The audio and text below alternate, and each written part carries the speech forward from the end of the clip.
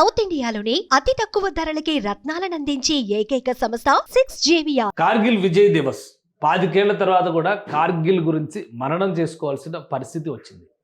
అసలు కార్గిల్లో ఏం జరిగింది, ఆ యుద్ధ సమయంలో భారత్ ఎదుర్కొన్నటువంటి తీరు ఏంటి, ముఖ్యంగా ఆ యుద్ధంలో ప్రాణాలు కోల్పోయినటువంటి వారి పరిస్థితి ఏంటి, వారి కుటుంబాల స్థితి ఈరోజు ఏ విధంగా ఉంది. ఇన్ని అనుభవాల తర్వాత ఆపరేషన్ సింధూర్ వరకు పరిస్థితుల్ని గమనించి చూస్తే భారత ప్రభుత్వంలో కానీ భారత సైన్యంలో కానీ ఆధునికీకరణ, ఆధునిక ఆలోచన విధానం వచ్చిందా? ఈ విషయాలకు సమాధానం ఎవరు చెప్తారు?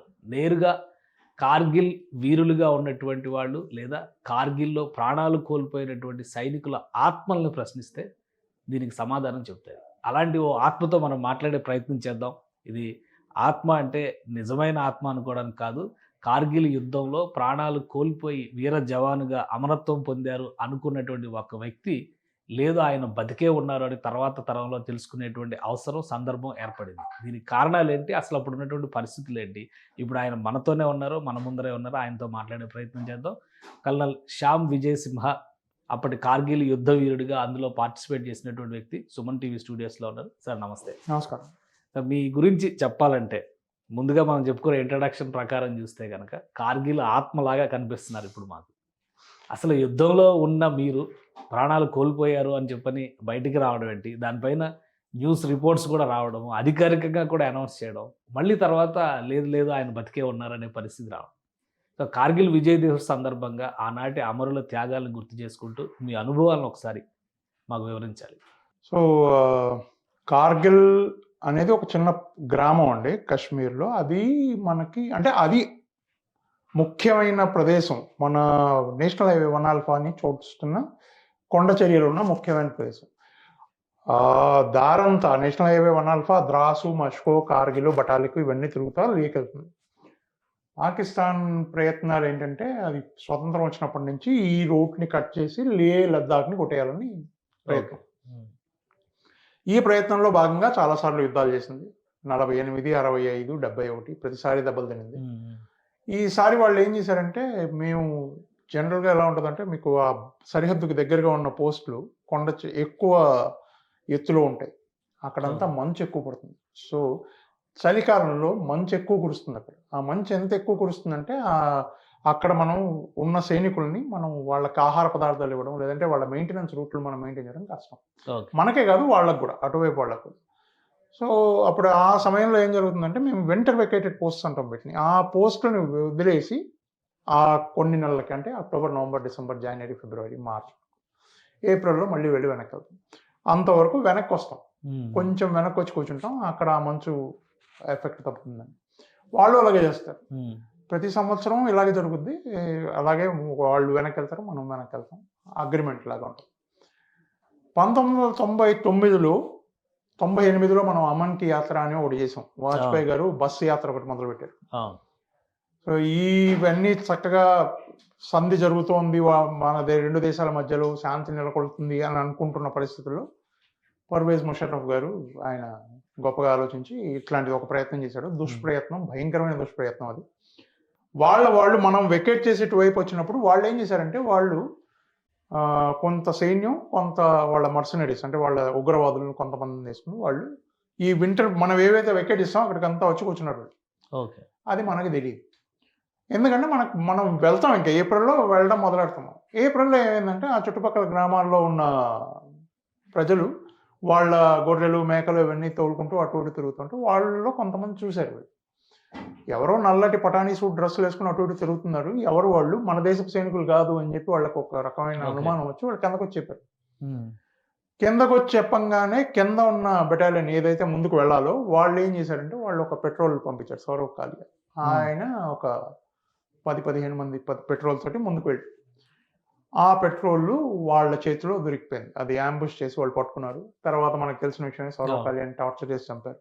దాని తర్వాత ఇంకొక పెట్రోల్ వెళ్తుంది, అమిత్ భారద్వాజ్ అని, అతను నాతో పాటు ట్రైనింగ్ తీసుకున్న అతను, కోర్స్ మేట్ నాకు, అతన్ని అలాగే చంపిస్తారు. ఇవన్నీ జరుగుతున్న క్రమంలో తెలుసుకున్నది ఏంటంటే, ఇక్కడ ఈ మష్కో వ్యాలీ నుంచి తుర్తుక్ వరకు ఆ మొత్తం కొండ చర్యలన్నింటినీ, ఏవైతే ముఖ్యమైన ప్రదేశాలు వాటన్నిటిని పాకిస్తాన్ వాళ్ళ సైన్యంతో వచ్చి కూర్చుంది అక్కడ. వాళ్ళు ఆక్యుపై చేశారు. మెల్లిగా దాన్ని ఇంకొంచెం స్టెబిలైజ్ చేసి ఈ రూట్ని మొత్తంగా కట్ చేయాలని వాళ్ళ ఉద్దేశం అని అర్థమైంది. ఓకే. దాని తర్వాత మొదలైందే ఈ కార్గిల్ సో మీరు ఆపరేషన్. ఎక్కడ ఉన్నారు ఆ సందర్భంలో? మేము ఆ సమయంలో సియాచిన్ గ్లేషియర్లో ఉన్నాం. మా బెటాలియన్ సియాచిన్ గ్లేషియర్లో ఉన్నాం. ఇప్పుడు ఏమవుతుందంటే అండి, ఈ ఎత్తుల మీద కొట్లాడాలంటే మీరు మామూలుగా కింద కూర్చున్న వాళ్ళు వెళ్ళి కొట్లాడడం కుదరదు. దానికి అక్లిమటైజేషన్ కావాలి. మీ ఊపిరితిత్తులు పనిచేయవు అక్కడ. ఓకే. మీకు విపరీతంగా గాలి తక్కువగా ఉంటుంది, ఆక్సిజన్ తక్కువగా ఉంటుంది, మీరు పీల్చుకోలేరు, ఊపి కొట్లాడడం చాలా కష్టం. నడవడమే కష్టం, మీరు మీ ఆయుధాలు తీసుకుని ముందు దాకా వెళ్ళి కొట్లాడడం ఇవన్నీ చాలా కష్టమైన విషయం.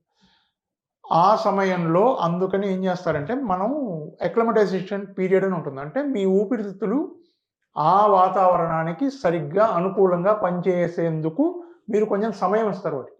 ఓకే. 6 రోజులు, 10 రోజులు, 15 రోజులు అట్లా ఒక్కొక్క ఎత్తులో ఉంటారు.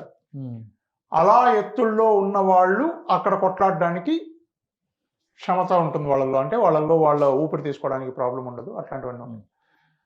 అలాగా ఆ క్రమంలో అంటే అప్పుడు అంత త్వరితగతిన వాళ్ళని డిప్లాయ్ చేయడానికి ఉన్న సైనికుల్లో ఉన్న వాళ్ళలో మేము ఒకళ్ళం.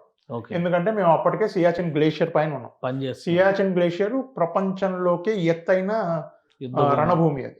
సో మేము అక్కడ ఆల్రెడీ డిప్లాయిడ్ ఉన్నాం కాబట్టి మమ్మల్ని అక్కడి నుంచి తీసి సగం సగం బెటాలియన్ గా తీసి మమ్మల్ని ఇక్కడ ఇండక్ట్ చేశాం. అలా మేము అంటే ఫస్ట్ ఫేజ్ యుద్ధానికి వెళ్ళిన టీంలో మీరు ఉన్నారు. మేము డిప్లాయ్ అయింది ఏప్రిల్ స్టార్టింగ్లోనే మేము డిప్లాయ్ అయిపోయాం. ఏప్రిల్ 26 నుంచి నిజంగా అంటే గట్టిగా యుద్ధం జరగడం మొదలెట్టింది.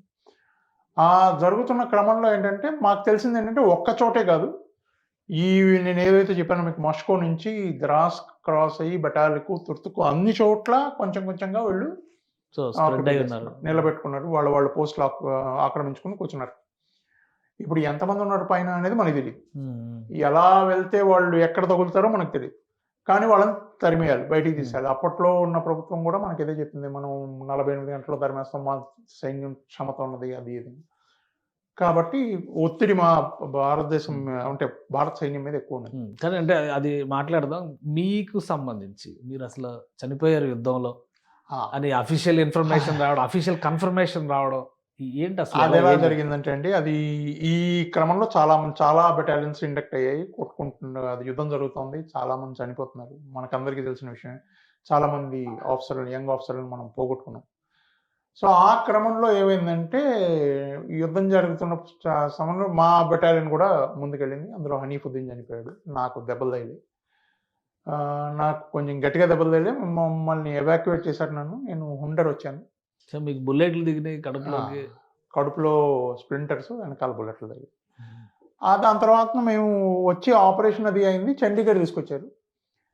కానీ మా ఇంట్లో అక్కడ జరుగుతున్న క్రమంలో మా ఇంట్లో ఎవరికి ఏమీ తెలియదు. ఓకే. ఓకే. వీళ్ళకి నేను హుండర్లోకి వచ్చిన తర్వాత అక్కడ ఉన్న వాళ్ళు ఏం చేశారంటే, వాళ్ళు శాటిలైట్ ఫోన్స్ లాగా కనెక్ట్ చేసి, అప్పుడు ఇంత కమ్యూనికేషన్ శాటిలైట్ ఫోన్స్ అని, నాకు అక్కడ ఒక సిగ్నల్ ఆఫీసర్ నాకు బాగా కావాల్సిన అంటే బాగా క్లోజ్ ఫ్రెండ్ నాకు. ఆయన ఏం చేశాడు, నా సీనియర్ కానీ నాకు మంచి ఫ్రెండ్.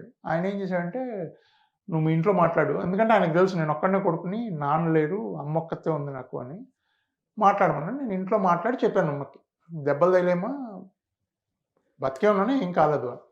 అమ్మ సరే అనుకుంది. అమ్మ షాకు. తర్వాత వాళ్ళు ఇక్కడి నుంచి చండీగఢ్ వచ్చారు. నన్ను ఒక 4 రోజుల తర్వాత చండీగఢ్ తీసుకొచ్చారు అక్కడి నుంచి, హుండర్ నుంచి. అది కమాండ్ హాస్పిటల్ చండీగఢ్. ఈ జరుగుతున్న యుద్ధంలో ఎంతమందికి దెబ్బలు తగిలినా, ఎంతమంది చనిపోయినా అక్కడికి తీసుకొస్తున్నారు. నన్ను అక్కడికి తీసుకొచ్చారు. నేను అక్కడికి వచ్చిన తర్వాత అమ్మ, మావయ్య ఇద్దరు వచ్చారు అక్కడికి. వాళ్ళకి నేను ఉన్నానని తెలీదు, నాకు వాళ్ళు ఉన్నారని తెలీదు. వాళ్ళు ఒక 4 రోజులు అక్కడే ఉన్నారు. 4 రోజులు రోజు శవాలు వస్తున్నాయి పైనుంచి, చనిపోయిన వాళ్ళు వస్తున్నారు, దెబ్బలు తగిలిన వాళ్ళు వస్తున్నారు. వీళ్ళు పోయి వెతుక్కుంటారు, అక్కడ దొరకను నేను, ఉండిపోతారు. మాకేంటంటే పర్తాపూర్లో వాతావరణం సరిగ్గా లేకపోవడం మూలని విమానాలు వచ్చేవి కావు. 4 రోజుల తర్వాత విమానం వచ్చింది. 4వ రోజు నేను కిందకు వచ్చాను. అదే సమయంలో అమ్మ వాళ్ళు కలిశారు. అక్కడ ఆపరేషన్ అయింది. అక్కడ ఫస్ట్ ఆపరేషన్ హుండర్లో అయింది, రెండో ఆపరేషన్ చండీగఢ్లో అయింది. సరే, ఇంకా మీరు ఒక 10-15 రోజుల తర్వాత మీరు ఇంటికి వెళ్ళండి అని. మాకు ఇప్పటి వరకు ఏమీ తెలియదు. వార్తల్లో ఏమొచ్చింది, ఏం జరుగుతుంది, మాకేమీ తెలియదు. అసలు వీడు ఉంటాడా పోతాడా అనేది తెలియని పరిస్థితుల్లో మా వాళ్ళు కష్టపడుతున్నారు. అక్కడి నుంచి హైదరాబాద్ వచ్చాం. హైదరాబాద్ వచ్చిన తర్వాత సిక్ లీవ్ అని ఇస్తారు మాకు. హైదరాబాద్ వచ్చాం, మేము ఇంట్లో ఉన్నాం. హైదరాబాద్ మెడికల్ హాస్పిటల్లో నాకు నా ఫర్దర్ రెఫరల్స్, ట్రీట్మెంట్లు అవి ఎక్కడ దొరుకుతాయి. సో ఆ రోజు వెళ్ళి రెఫరల్ ఉండింది. నేను నడిచే పరిస్థితుల్లో లేను. సో వీల్ చైర్ స్ట్రెచర్ మీద తీసుకెళ్ళారు. రెఫరల్ అయిపోయింది. చూసాడు డాక్టరు. చూసి ఇంకొక కొంచెం మళ్ళీ ఒకసారి ఓపెన్ చేసి మళ్ళీ మనం లోపల చూడాలమ్మా, ఇంకొన్ని తీసేయాలని చెప్పారు. సరే అనుకున్నాం. కిందకొచ్చాం. ఇంటికొచ్చిన తర్వాత నడవలేను కాబట్టి హాల్లోనే పడుకోబెట్టారు నన్ను. అక్కడే మంచం. నేను పడుకున్న ఒక 15 నిమిషాలకి ఇక్కడ ఉన్న సైనికాధికారులు కొంతమంది ఇంటికొచ్చారు. టాప్ పొజిషన్లో ఉన్నవాళ్ళు. వాళ్ళు చేతిలో పుష్పగుచ్చాలు అవి తీసుకుని వచ్చి మా అమ్మ తలుపు తెరవంగానే ఎదురుకుండా నిలబడున్నారు. సారీ అండి, మీ అబ్బాయి చనిపోయారని అది తెలిసి వచ్చాము. ఆర్మీ తరఫు నుంచి మీకు పుష్పగుచ్చాం. అమ్మ ఒక్కసారి దిగ్భ్రాంతి, ఏంటి వాడు పక్కన పడుకోరాడు, బతికేటాడు కదా, ఏమైంది? అప్పుడు ఆయన చెప్పింది అనమాట. ఆయన బ్రిగేడియర్ ర్యాంక్లో ఉన్నాడు. ఆయనకి చెప్పింది, చూడబ్బాయి, వీడు మా అబ్బాయి పడుకున్నాడు, మీకు ఏదో తప్పు ఇన్ఫర్మేషన్ వచ్చింది. ఆయన ఫుల్ షాక్, అదే నాకు ఇలా వచ్చిందని. అప్పటికీ కొన్ని ఉత్తరాలు హై హెడ్ క్వార్టర్స్ నుంచి రాశారు అమ్మకి, కండోలెన్సెస్. కొన్ని రోజులు అయింది, ఒక 2 days తర్వాత వచ్చాయి ఇంటికి. అప్పుడున్న సిస్టమ్ లేట్ కదా మనకి, మీకు ఉత్తరాలు రావాలి, అందులో అప్పుడు యుద్ధం జరుగుతోంది. సో వచ్చిన తర్వాత మాకు ఫుల్ షాక్, ఏంటబ్బా ఇలా అయింది. సరే, అప్పటికి కూడా మేము ఇంకా దాని గురించి ఆలోచించే పరిస్థితులు లేము. ఈ వచ్చిన బ్రిగేడియర్ ఏమన్నాడంటే, సారీ అమ్మా, ఏదో తప్పు జరిగింది ఎక్కడో, నేను చెప్తాను వాళ్ళకి అని చెప్పి ఆయన వెళ్ళిపోయాడు. మేము పెద్ద పట్టించుకోలేదు. ఎందుకంటే మేము మా ఆరోగ్యం ఇప్పుడు ఫస్ట్ మనం ఎలా పైకి రావాలి, బయటపడాలి వీటి నుంచి అని ఆలోచిస్తున్నాం. అదంతా అయింది. 2 నెలల తర్వాత నాకు చెప్పారు, బాబు నీకు ఇంకా ప్రాణగండాలు అట్లాంటివి ఏం లేవు, బాగానే ఉన్నాను. తర్వాత నేను నార్మల్గా డ్యూటీలో జాయిన్ అయ్యాను. డ్యూటీలో జాయిన్ అయిన తర్వాత ఒక 7 నెలల తర్వాత నాకు కోర్స్ వచ్చింది. ట్రైనింగ్ కోర్సెస్ ఉంటాయి కదా, అట్లా ట్రైనింగ్ కోర్సులోకి వెళ్ళాను. ట్రైనింగ్ కోర్సులోకి వెళ్తే ట్రైనింగ్ కోర్సులో ఫస్ట్ డే ఏం చేస్తారంటే మిమ్మల్ని అకాడమీ చుట్టూలో తీసుకెళ్తారు. ఇది మీ అకాడమీ, మీరు చూడండి. అందులో ఒక మ్యూజియం ఉంటుంది. చేసిన వీరగాథలు, ఇంతకుముందు ఉన్న వీరులు, వీళ్ళందరి ఫోటోలు అవన్నీ ఉంటాయి. అందులోకి వెళ్తే అందులో కార్గిల్ అప్పుడే అయ్యింది కదా, దానికి ఆబిచరీ కాలమ్స్, అంటే చనిపోయిన వాళ్ళందరి ఫోటోలు పెట్టి ఒక కాలం ఉంది. అందులో నా ఫోటో కూడా ఉంది. నేను నిలబడి నా ఫోటోనే చూస్తున్నాను.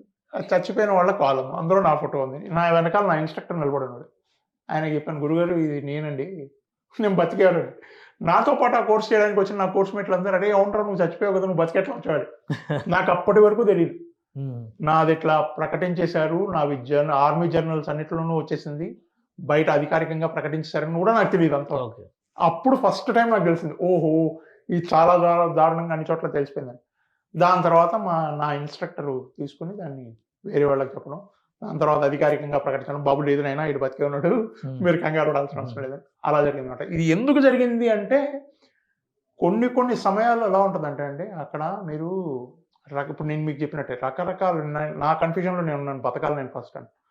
రకరకాల వార్తలు వస్తూ ఉంటాయి. యుద్ధం జరుగుతోంది, చాలామంది చనిపోతున్నారు, కొంతమంది గాయాలతో వస్తున్నారు, అందరినీ రీహాబిలిటేట్ చేయాలి, ఫ్యామిలీస్ని చూస్తూ ఉండాలి. ప్లస్ మనకి ఇంటర్నేషనల్ ప్రాజెక్ట్ కూడా ఉంటుంది. అన్ని రకాలుగా చూస్తున్నప్పుడు ఎక్కడో ఒక చిన్న లోపం ఎక్కడో జరిగి ఉండాలి, లేదా ఏదన్నా మిస్ప్లేస్ అయి ఉండాలి, దానివల్ల అలా చెప్పి ఉండాలి. అంతేగాని కావాలని జనరల్గా ఎవరు చేయరు. కానీ అలా జరిగింది, నాతో జరిగింది కాబట్టి నేను చెప్తున్నాను. కానీ అలా జరిగింది. తర్వాత మళ్ళీ మీరు సర్వీస్లోకి వెళ్ళారా? నాది మామూలుగానే, దాని తర్వాత అది కంటిన్యూ అయింది. అప్పుడు ఏ ర్యాంక్లో ఉన్నారు? తర్వాత నేను అప్పుడు క్యాప్టెన్గా ఉన్నాండి. దాని తర్వాత ఇంకా కంటిన్యూ అయ్యి మేజర్, లెఫ్టినెంట్ కల్నల్ దాకా వెళ్ళారు.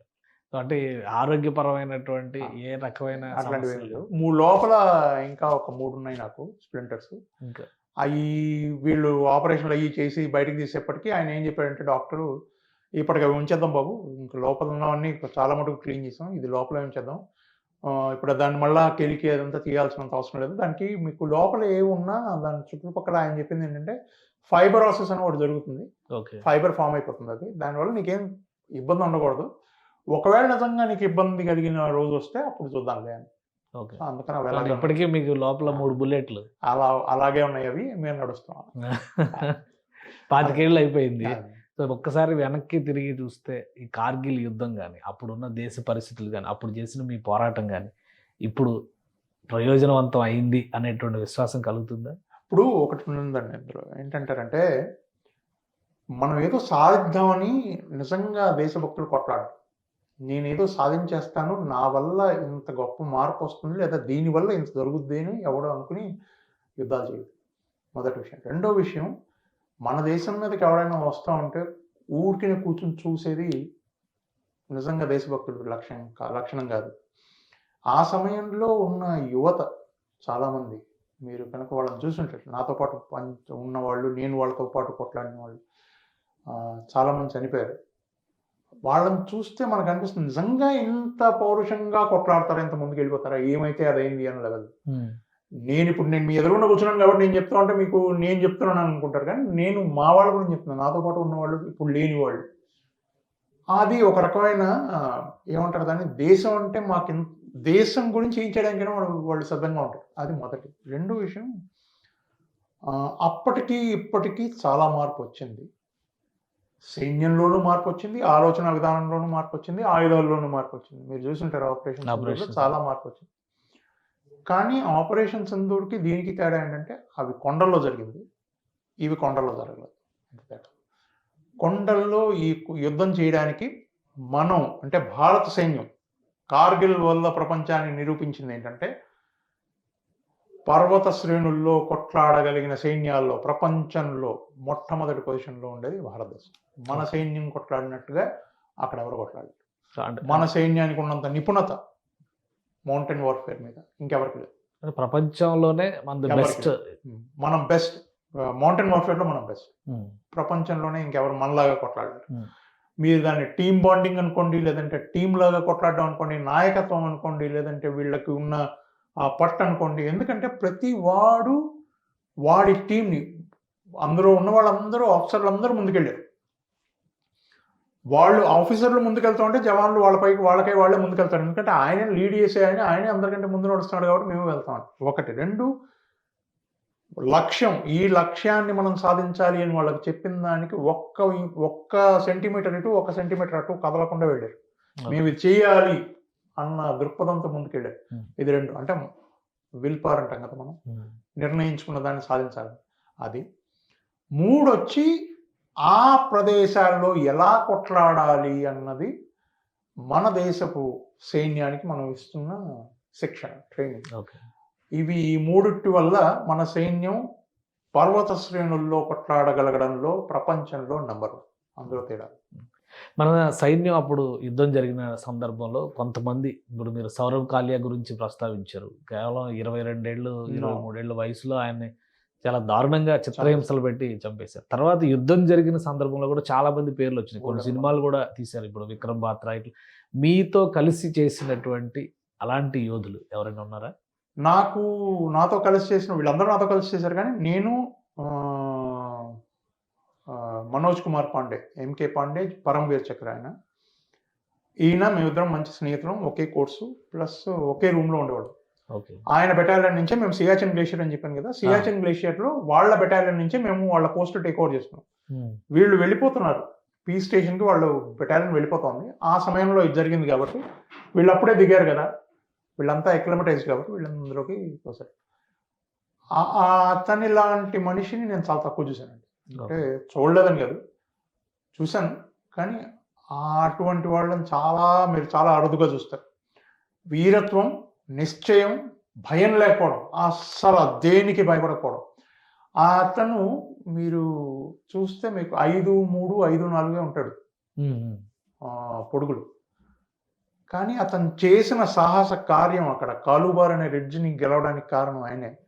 ఆయన చేసిన సాహస కార్యం వల్ల ఆ చుట్టుపక్కల టైగర్ హిల్, ఆ కాంప్లెక్స్ అంతా పడిపోయింది. అవన్నీ గెలవడానికి కారణం అనమాట ఆయన. సో ఫౌండేషన్ అతను కొట్లాడినప్పుడు అతనికి వ్యతిరేకంగా, అంటే కింద నుంచి వెళ్తున్నాడు, మొట్టమొదటిగా 30 మందితో వెళ్ళాడు. ఒక 800 మీటర్లో 1 కిలోమీటర్ దాకా వెళ్ళి ఉంటాడు, అందులో సగం మంది చచ్చిపోయారు. దాని తర్వాత ఇంకొక 300-400 మీటర్లు వెళ్ళాడు, 7 బతికారు అంతే. ఆ 7 ఈయన కూడా రేడియో ఆపరేటర్. ఇంకో 200 మీటర్లు వెళ్తాడు, ఈయన రేడియో ఆపరేటర్, ఇద్దరే బతికారు. ఆ రేడియో ఆపరేటర్కి చెప్తాడన్నమాట, చూడు బాబాయ్ 2 రోజులు అలా కూర్చుంటాడు కదలకుండా. దాని తర్వాత రేడియో ఆపరేటర్కి చెప్తాడు, చూడన్నా నువ్వన్నా వెనక్కెళ్ళు, చెప్పు వాళ్ళకి మనకి రీఎన్ఫోర్స్మెంట్లు కావాలి, ఇప్పుడు మనం చేయగలిగింది ఏం లేదు, వాళ్ళ పైన ఎంతమంది ఉన్నాడు నాకు తెలియదు. ఇప్పుడు నువ్వు కనుక వెనక్కి వాళ్ళకి ఎవరో ఒకళ్ళు వెనక్కెళ్ళాలి, నువ్వు వెనక్కెళ్ళు వాళ్ళకి చెప్పి ఇట్లా జరుగుతుందని, నేను ఇక్కడే ఉన్నాను, వాళ్ళని కిందకి రాకుండా నేను చూసుకుంటాను, నువ్వు వెళ్ళు, ఎంత ధైర్యం కావాలి, పైన ఎంతమంది ఉన్నాడో మనకు తెలియదు, కొండపైకి ఎక్కుతూ కొట్లాడడం అనేది చాలా కష్టమైన విషయం. అక్కడ కూర్చున్నాడు. దాని తర్వాత జరిగిన విషయం మనకి చెప్తేనే మాట్లాడుతుంటేనే కళ్ళలో నీళ్ళు వచ్చేస్తాయి. అంత గొప్ప విషయం. ఇతని శవాన్ని అంటే అవన్నీ మనం గెలిచేసిన తర్వాత అవంతా వెకేట్ అయిపోయిన తర్వాత మన వాళ్ళు పైకి వెళ్ళి చూసినప్పుడు అక్కడ 8 నుంచి 11 మంది ఆఫ్ఘనీలు, అంటే ఒక్కొక్కడు 6, 4, 6, 5 అడుగులు ఉన్నవాళ్ళు అతని చుట్టుపక్కల బాడీస్ పడి ఉన్నాయి. ఈయన బాడీ కూడా అక్కడ పడి ఉంది. అంటే ఈయన బుల్లెట్లు అయిపోయి, దగ్గరున్న ఆయుధంలో బుల్లెట్లు అయిపోయి, మాకు బేనెట్ అని ఉంటుంది కత్తి, దాంతో కొట్లాడాడు. దాంతో కొట్లాడి వాళ్ళని చంపాడు. అంటే ఎంత దమ్ము ఉండాలని, ఎంత ధైర్యం ఉండాలి. అంటే నేను చచ్చిపోతాను అని తెలిసి కూడా తెగించి అక్కడ దగ్గర వెళ్ళిపోయి, అక్కడ అతనిది ఆ ఊరా కాదు, అతనిది ఆ ప్రదేశమా కాదు, ఆ చంపిన వాళ్ళు ఏమన్నా ఇతనికి జాతీయంగా శత్రువులా కాదు, కానీ దేశం, నా దేశం కోసం నేను చచ్చిపోతాను. అలాంటి వాళ్ళని చాలా తక్కువ చూస్తాం మనం. అందులో ఒకడు మనోజ్ కుమార్ పాండే. అతను నేను మర్చిపోను. నా ప్రతి ఇంటర్వ్యూలో చెప్తాది. చాలా గొప్ప మనిషి, నా స్నేహితుడు అని చెప్పుకోవడం నాకు చాలా ఆనందం. అతని తమ్ముడు అతని కజన్ బ్రదర్ ఎస్కే పాండే, ఆయన కూడా ఆర్మీలోనే ఉన్నాడు. ఆయన కూడా నాకు మంచి స్నేహితుడు. ఆయన ఎక్కడ, ఆయన నేటివ్ ఎక్కడ? ఆయన లక్నో అండి. ఆయన ఉత్తరప్రదేశ్ అతను. మంచి స్నేహితుడు. ప్లస్ అంటే ఎలా చెప్తామంటే విజన్, అంటే ఎక్కువ ఆలోచిస్తాడు అనమాట. ఇలా చేస్తే మనం ఇది అవుతుంది, ఇలా చేస్తే ఇది అవుతుంది, ఇలా కొడితే మనం ఎక్కువ రిజల్ట్ సాధించగలం, అట్లా మాట్లాడే మనిషి అన్నమాట. మనం చాలా యంగ్ ఏజ్, ఎంత 24 ఏమో చనిపోయాడు, 23, 24 ఏళ్ళలో చచ్చిపోయాడు. సో అంత గొప్ప మనిషి అతను. అంటే కార్గిల్ విజయ్ దివస్ ఇప్పుడు మనం చేసుకున్నాం, 25 ఏళ్ళుగా ఈ విజయ్ దివస్ చేస్తున్నాం. అప్పుడు జరిగినటువంటి నష్టం గురించి మాట్లాడితే, ఇప్పుడు మీరు ఎంకే పాండే గురించి మాట్లాడుతుంటే నాకు కళ్ళల్లో నీళ్ళు తిరుగుతున్నాయి. విక్రమ్ బాత్రా గురించి, టైగర్ హిల్ గెలిచిన వాళ్ళ సాహసాలు వింటుంటేనే ఒక ఉత్ప్రేరకంలా పనిచేసేటువంటి కథలు అవన్నీ.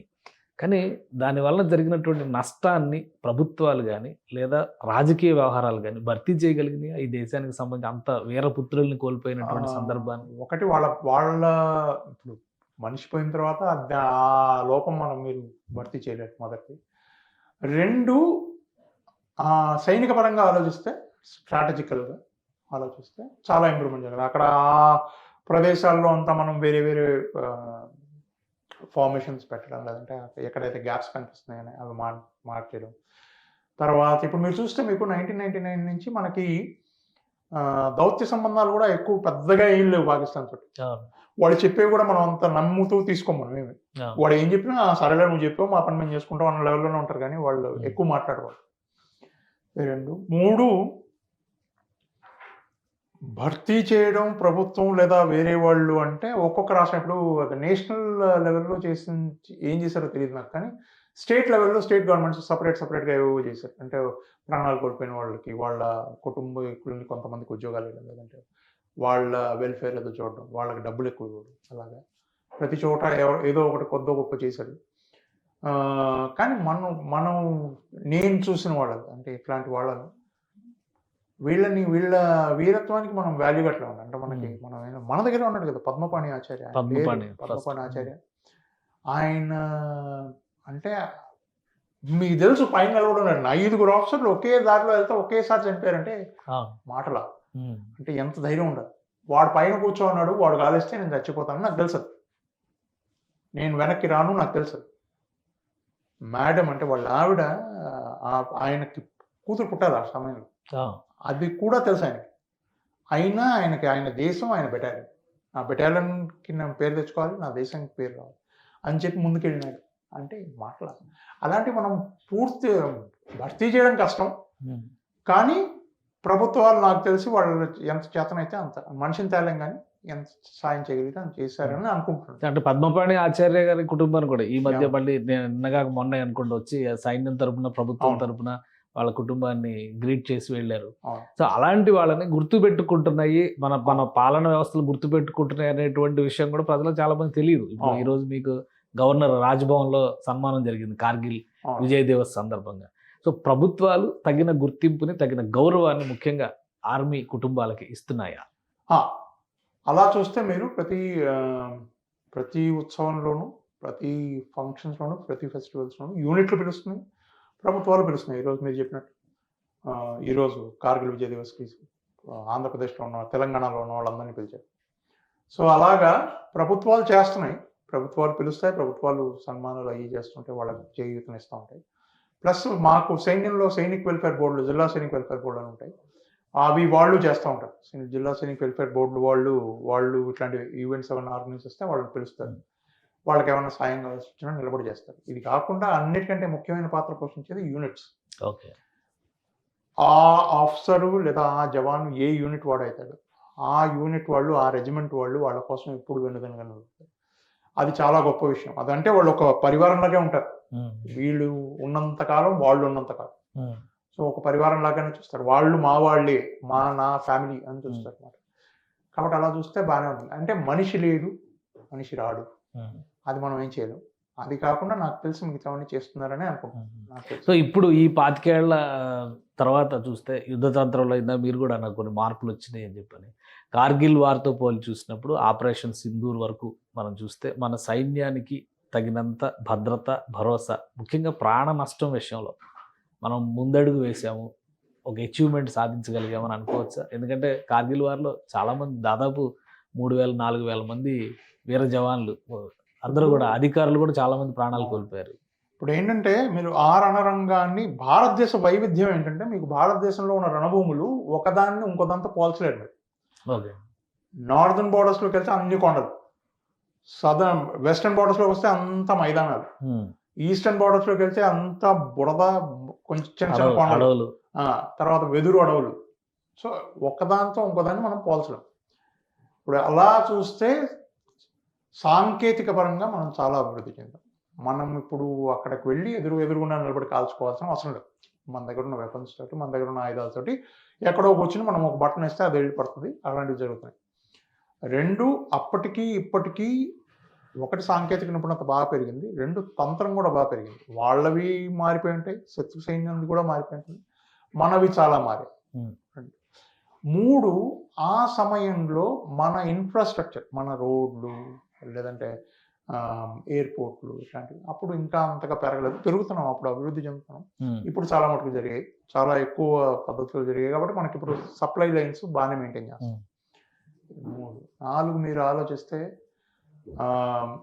అప్పటికి ఇప్పటికి విజ్ఞానంలో కానీ లేదంటే వీరత్వంలో కానీ ఆ పందా మారిపోయింది. అంటే మనం ఎలా చూస్తాం, ఇంతకుముందు మనం ఎలా చూసామంటే స్నేహం పెంచుకుందాం, సంధి చేద్దాం, అలా చూసి అదే పందాలో ముందుకెళ్ళాం. ఇప్పుడు అలా కాదు.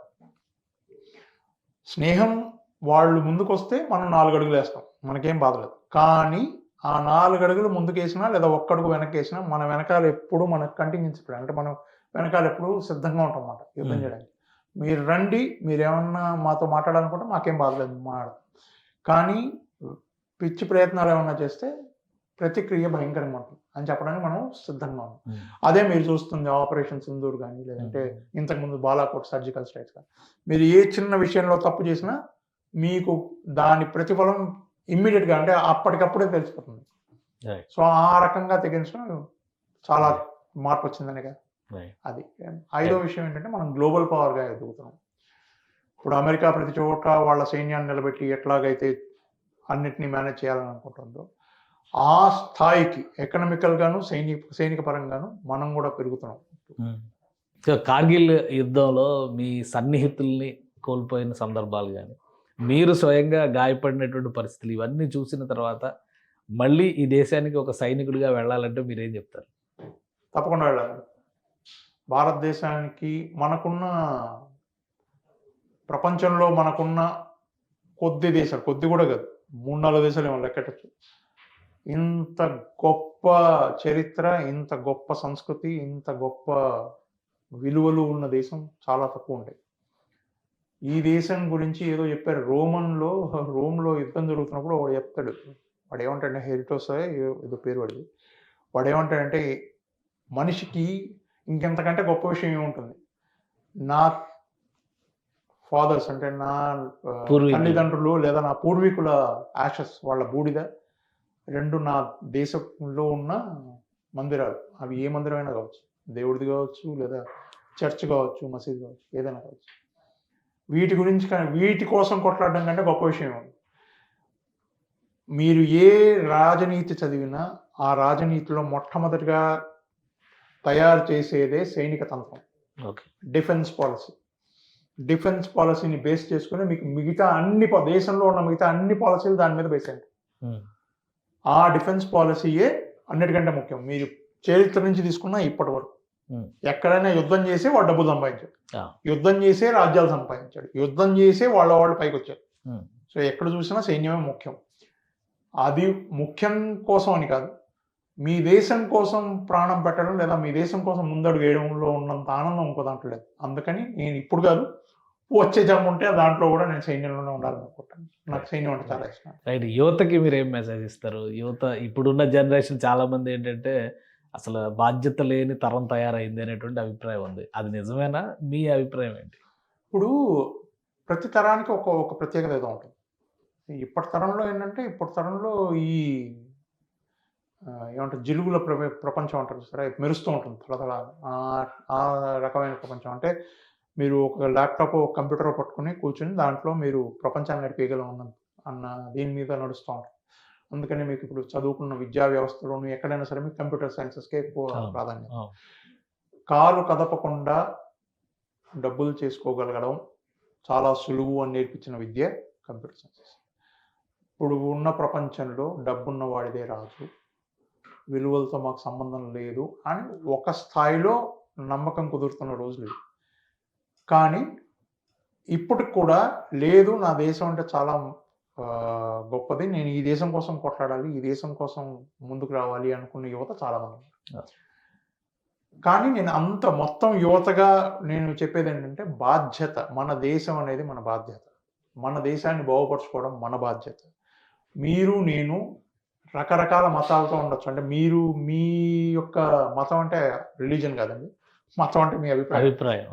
మీ అభిప్రాయం వేరే ఉండొచ్చు, నా అభిప్రాయం వేరే ఉండొచ్చు, మనం కూర్చుని ఎంతైనా వాదించుకోవచ్చు, లేదు ఇది కాదు అది కాదని. కానీ దేశం అని ఎప్పుడైతే వస్తుందో అందరూ కలిసి కట్టుకొని నిలబడాలి, ఈ దేశాన్ని బాగుపరచాలి, దేశాన్ని పటిష్టంగా చేసుకోవాలి. ఒక్కసారి మన ఈ దేశం పటిష్టంగా తయారైతే మన దేశం ఇంతకు మునుపు మనం చెప్పేవాళ్ళం బంగారు చిలక అని చెప్పేవాళ్ళు ఇంతకుముందు భారతదేశం, ఆ రకంగా మనం తయారవచ్చు. ఆ రకంగా తయారైతే మీరు మీ పిల్లలు వచ్చే తరాలు అంటే సుభిక్షంగా బతకగలరు, హాయిగా బతకగలరు.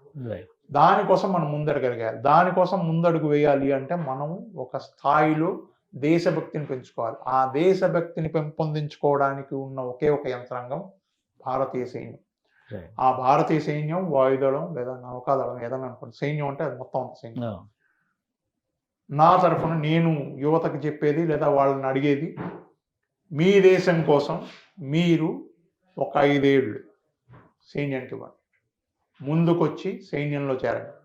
ఇన్ఫ్యాక్ట్ నేను ఎప్పుడు చెప్పినా ఇదే చెప్తాను ప్రభుత్వానికి కూడా, సైన్యంలో పనిచేసి పదవి విరమణ తీసుకుని షార్ట్ సర్వీసెస్లో వస్తూ ఉంటారు బయట, వాళ్ళందరినీ మీరు మీ అడ్మినిస్ట్రేషన్లో సామాజిక వ్యవస్థలోకి తీసుకోండి.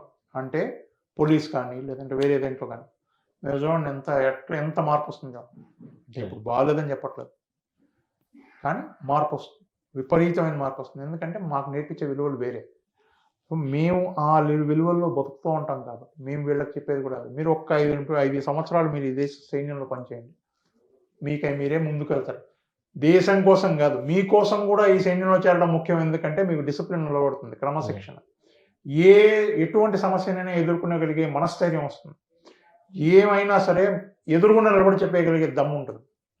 ఇవన్నీ మీరు ఇప్పుడు డబ్బులు ఇచ్చి నేర్చుకుంటారు బయట, లీడర్షిప్ క్వాలిటీస్ అని డబ్బులు ఇచ్చి నేర్చుకుంటారు. మీకు అవసరం లేదు, మీరు సైన్యంలో చేరండి, 5 ఏళ్లలో మీకే జీతం ఇచ్చి నేర్పిస్తారు, ఇంకంతకంటే ఏం కావాలి. అందుకని నేను చెప్పేది ఏంటంటే యువతకి తప్పకుండా సైన్యంలో చేరండి, ఇది ఫస్ట్ ఆప్షన్గా పెట్టుకోండి.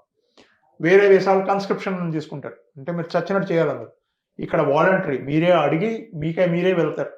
మేము అడిగేది ఏంటంటే వాలంటరీ చేయండి, రండి సైన్యంలోకి వచ్చి చేరండి, చూడండి సైన్యం అంత గొప్పది. దాని తర్వాత బయటకు వచ్చిన తర్వాత 5 ఏళ్ళు ఉంటే బయటకు రండి, మీ ఇష్టం చేసుకోండి, మీరు అప్పుడు కంప్యూటర్ పెట్టుకుని కూర్చోండి. థ్యాంక్ యూ కల్నల్ గారు, మీ అభిప్రాయాలని తెలియజేసినందుకు అండ్ కార్గిల్ లాంటి యుద్ధ భూమిలో పనిచేసినందుకు మీ సేవలకి ప్రభుత్వాల గుర్తింపు వచ్చిన విధానానికి కూడా సుమన్ టీవీ తరఫున శుభాకాంక్షలు తెలియజేస్తున్నాం మీకు. సో ఇది కల్నల్ శ్యామ్ విజయ్ సింహ గారి అనుభవం. బుల్లెట్లు తగిలినా కానీ ఎదురొడ్డి నిలబడి, ఆయన చనిపోయారనేటువంటి ప్రకటన అధికారికంగా వచ్చినా కానీ ప్రాణాలతో నిలబడి కార్గిల్ తర్వాత కూడా సైన్యానికి సేవలు అందించినటువంటి వీరుడు.